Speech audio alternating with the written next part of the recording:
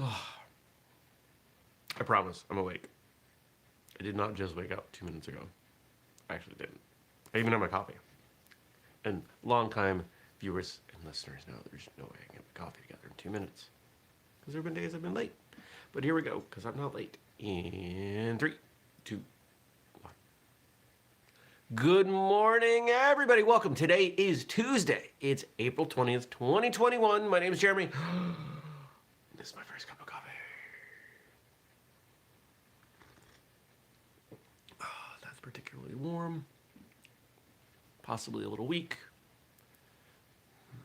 There's a lot of variability with the pour over filter. There's a lot of variability going on there. You see the mug I use it to pour over. Or rather, to catch the drops after. It's my bunny mug. I have a bunny mug. Do you have a bunny mug? I bet you don't. Well, yesterday was a decent day. I've had a lot of decent days lately. They've been getting slowly better. I'm starting to feel like I'm pulled in too many different directions. I'm starting to wonder if there are things that I need to stop doing. Don't worry, this show's not one of them. I don't know what I would stop doing. What is it at Whistlekick we can stop doing? Should we stop doing social media? That seems silly. Should we stop selling things? That seems silly. Should we stop writing books? That seems really silly. That seems to be the only thing that's showing any indications of growth.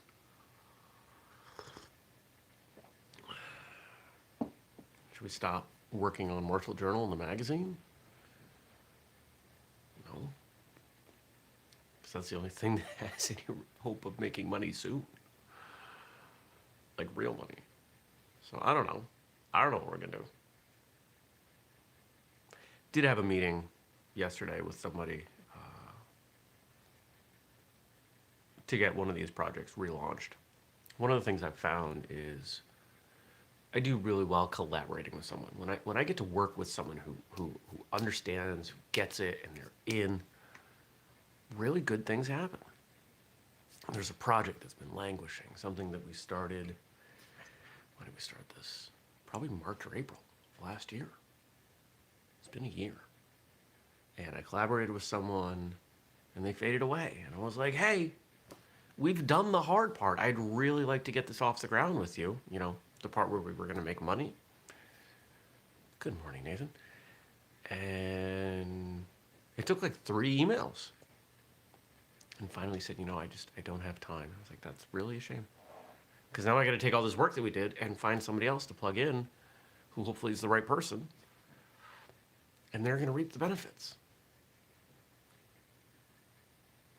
But you do what you got to do. This project will launch. No, I guess Black Belt Social Media kind of launched the business to business side. Well, we've had wholesale for a while too, so maybe that's not completely true. But this is another component that should drive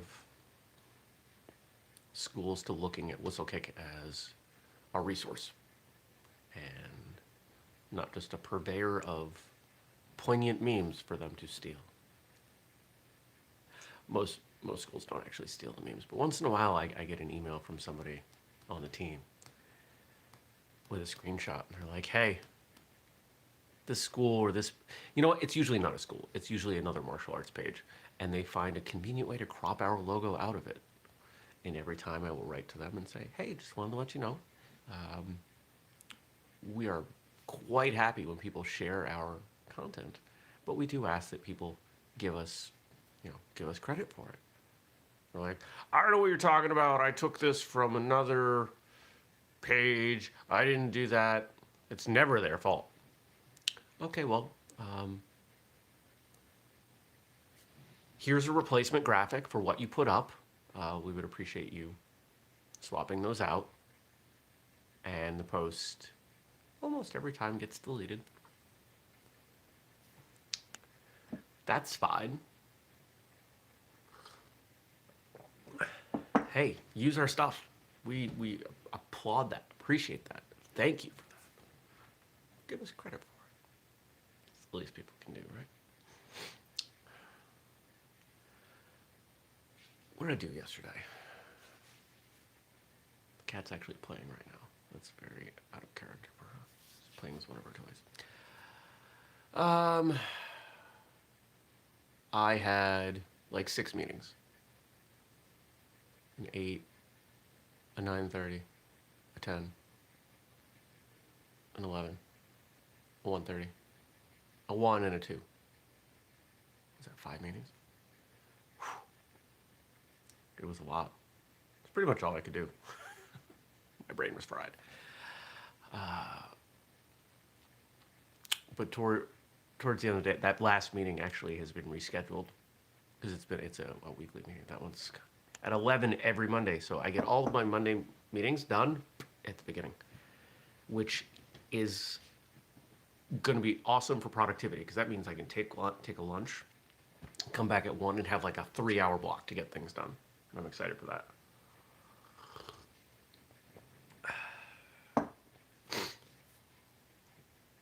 What's going on today?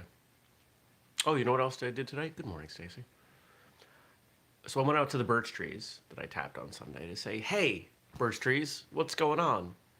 And the birch trees were like, hey, here's a whole bunch of birch sap with bird poop in it. Because for whatever reason, birch sap attracts birds and bugs like maple trees don't. I don't know what the difference is. Maybe it's where the trees are placed.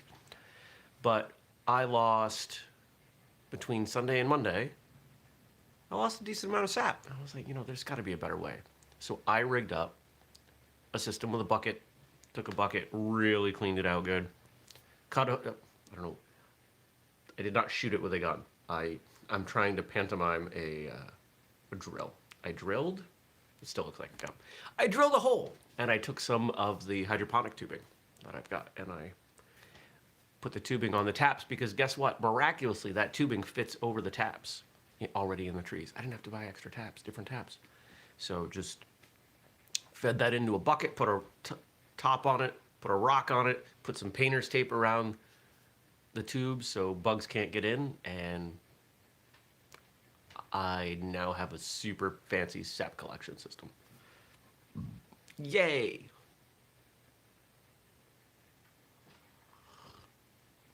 I like doing projects. I've toyed with the idea, what if I made really nice hardwood martial arts weapons? What if I made really nice bow or bokken or nunchaku? Stacy says birch beer. Yeah, good stuff. What if I made weapons? I could do that. Do I have time to do that? Not really. Do I have the skills to do that? Not yet. Do I have the equipment to do that? Meh, no. So no, I'm not going to do that. But part of me wants to do that. I like to make things. I like to create things, if you can't tell. All these things that we do at whistlekick, my favorite things are the things that we make. We make books and videos and podcasts, and we make gear. I'm toying with the idea of bringing in a small order of gear because a bunch of people have been asking. Is it time? And this is the question. Is it time? Is it a good decision? I don't know. I've been wrong before on that front. And it bums me out. Because I want to get it right. I don't know what you're complaining about. You hear the cat complaining? I do. Why don't you come sit? The people would love to see you. I think that was a no. Well, that's fine. I'm going to see what they wrote in. Because when people write things in, I read them. And I appreciate that. We didn't have anything from yesterday, did we? The Sensei Seth episode is up, and people have been making some comments on it, which is super cool. What a fun episode. What a fun guy. And today looks like we got some stuff from Frank. Frank's back. Thanks, Frank. Appreciate it. Frank does so much behind the scenes. I don't think you guys realize. And so I periodically shout him out because he does good things. All right, here we go. Today's Tuesday, so we will look at some quotes from Mitch Albom, author of Tuesdays with Morrie. I was supposed to read that as my orientation book for college. I did not. I was going to, I was really bummed out that people gave me homework over the summer. I thought actually between, high school and college, nobody could give me homework. And so the school's like, hey, read this book. Here's a book. And I went, and I was going to read it. And then somebody who was a few years older said, nobody's going to read that book. You don't have to read that book. And I went, oh, thank you. So I didn't read it. I have not read this book. But we got some quotes. Should I read this book? Should I read it now? Not right now, but should I read it? I don't know. If you've read Tuesdays with Morrie, I want to know. And I want to know what you think. Accept who you are and revel in it. I agree with that, for sure.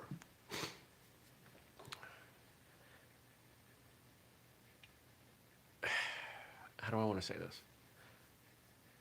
We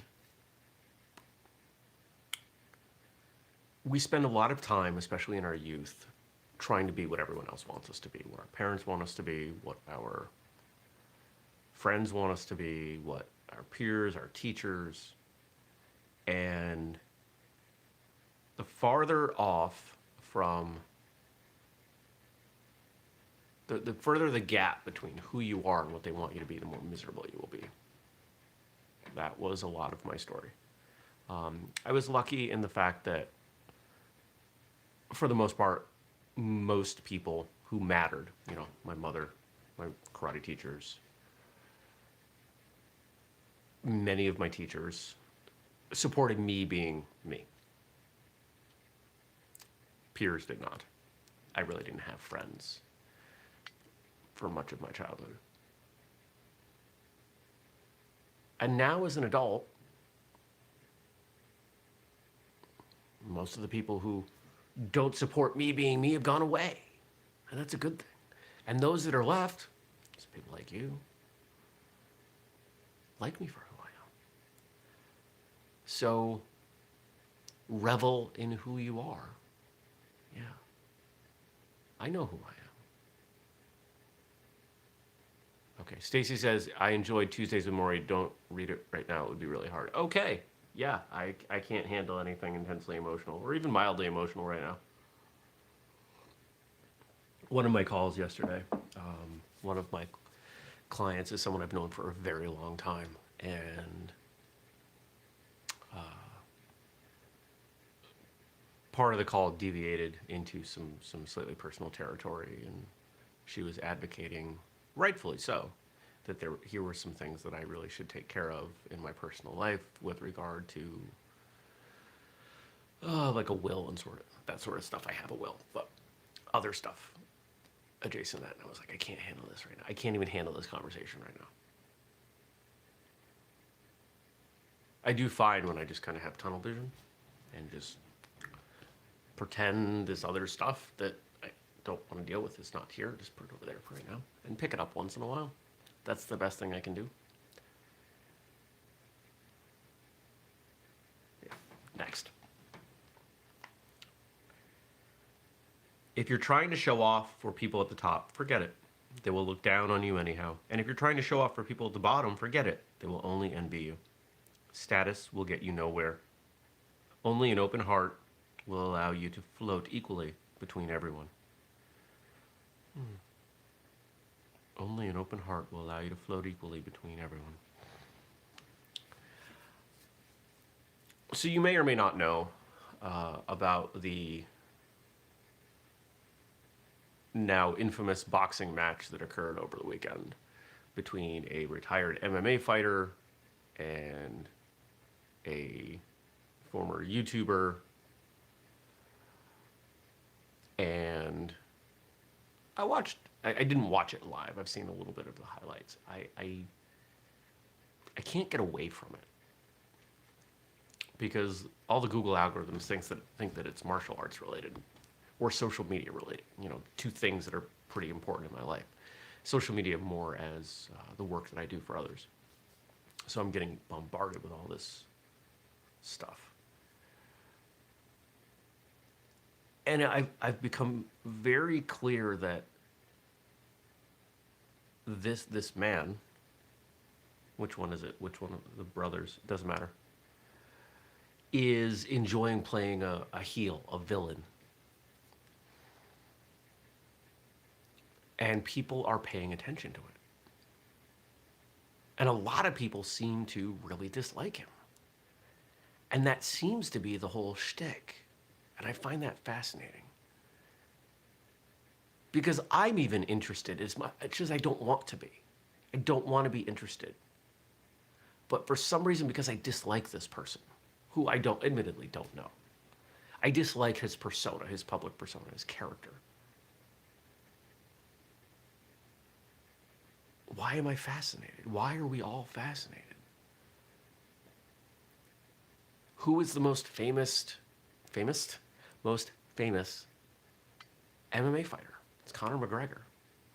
How many people want to hang out with Conor McGregor and be his friend? Ugh, most people, from what I can see, are kind of on board where I'm at. Excellent skills, not such an excellent person. We have this fascination with, I don't know if it's negativity or villains, that there's something about being extreme that commands our attention. And I don't fully get it. So this idea in this quote of, if you try to show off for the people at the top, they're not going to notice. Try to show up for the people at the bottom, they're going to envy you. And I think that a lot of what we're seeing, like with Logan Paul, I think he was the one that fought that 50-50 shot, is his entire story is really about coming up. We like a success story. We like an underdog story. But we also want those people to be good people.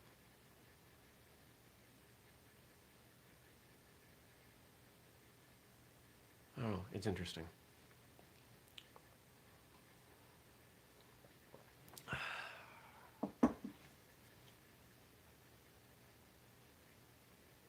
Yeah. I've had these internal conversations with myself and taken notes and even written down these ideas of things that we could do to gain some notoriety. I've thought about, okay, what if I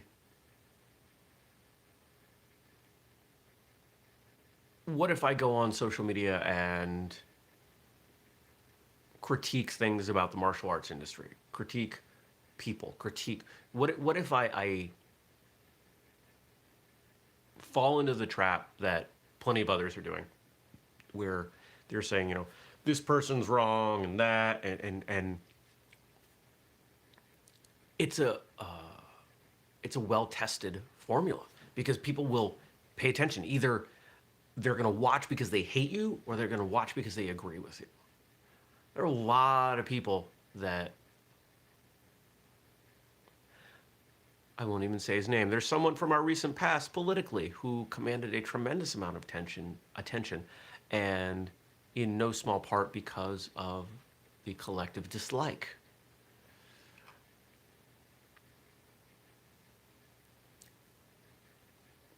But I can't bring myself to do it, because whistlekick is about staying positive and supportive and being a strong advocate for the martial arts, not furthering the tearing down, the division, the BS that I see as a plague in our industry. I'm not willing to do it.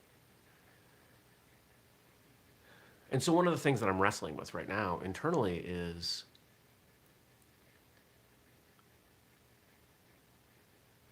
how do we reach the level that we need to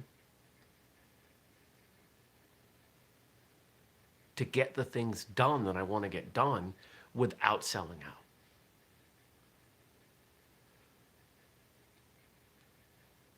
Here's a great example. Our Facebook account has like 7,000 followers.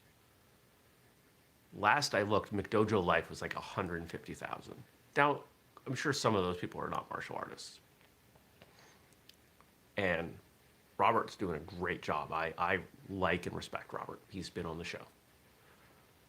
He's a good dude, and I applaud him doing what he thinks is right. We disagree, but I still support what he's doing because it has a place. It's just not our place.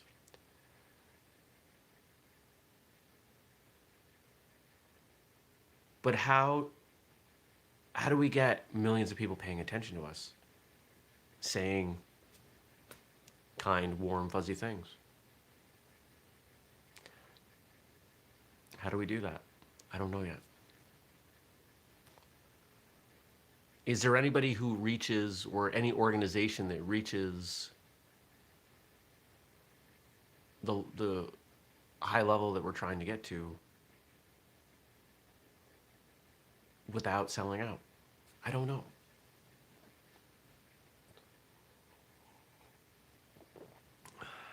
So that's what we're trying to figure out. How do we do that?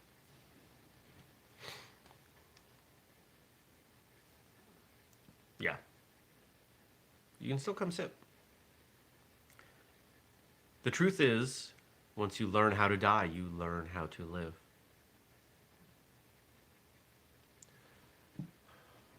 I've had a number of times I thought I was going to die. Genuinely. A couple car things. One ski thing. First time I thought I was going to die, how old was I? 10? 11?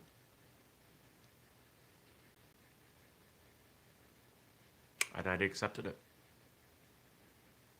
I was on a ski mountain. Some things had gone wrong. I was completely uninjured. The people who saw it happen thought I was dead. I was ragdolled into the air a number of times. No helmet. Just, who knows? Who knows why I'm surprised. Statistically, I should have been injured severely. Thank you.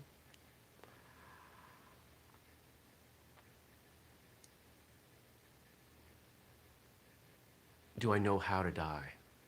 I think what that means is it's about accepting that we are all going to die.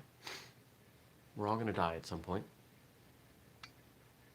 As far as I know, I'm not aware of anybody who hasn't died historically. Well, everybody alive hasn't died, but you know what I mean. History suggests that all of us will die.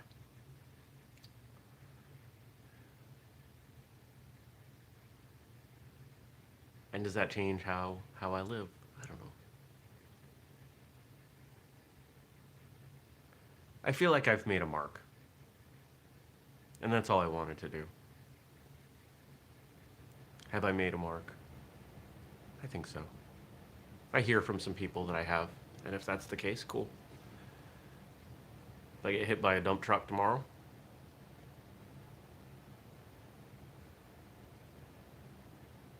yeah.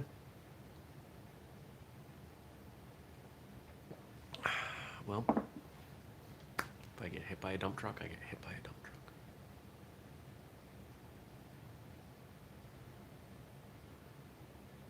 Fingers crossed it doesn't happen, though. Our last quote.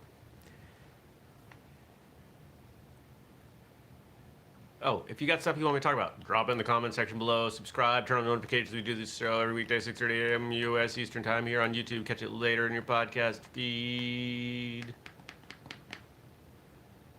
And you can support us with Patreon or make a purchase at whistlekick.com. Use the code FIRSTCUP15. Or we even set up, there's at the Martial Arts Radio website, I set up a tip thing not too long ago. You can tip us. Oh, and hit the thumbs up. Stacy reminds me. Thank you. And our last quote. As you grow, you learn more. If you stayed as ignorant as you were at 22, you'd always be 22. Aging is not just decay, you know. It's growth. It's more than the negative that you're going to die. It's the positive that you understand you're going to die and that you live a better life because of it.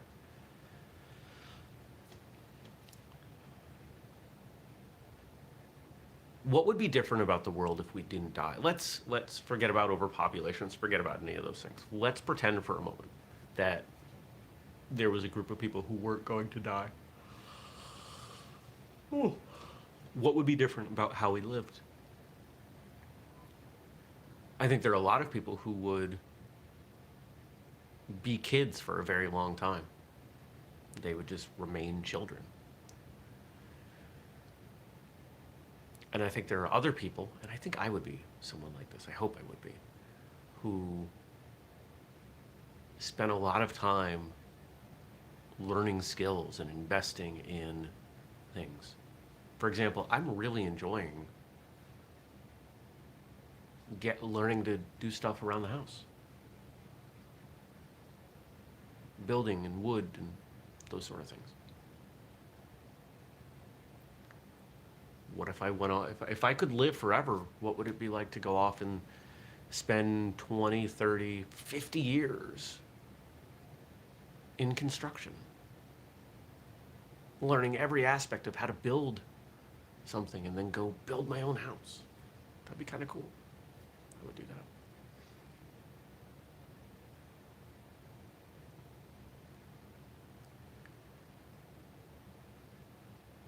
Getting older doesn't mean you have to lose your youth, but I think it means finding balance. Nobody ever thinks I'm as old as I am, and I'm good with that. I like that. I have fun. I'm playful. I enjoy learning.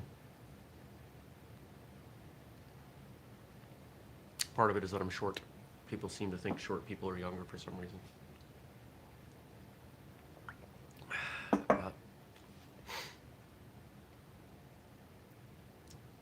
doesn't mean I'm not focused, doesn't mean I'm not smart, doesn't mean I'm not passionate about things.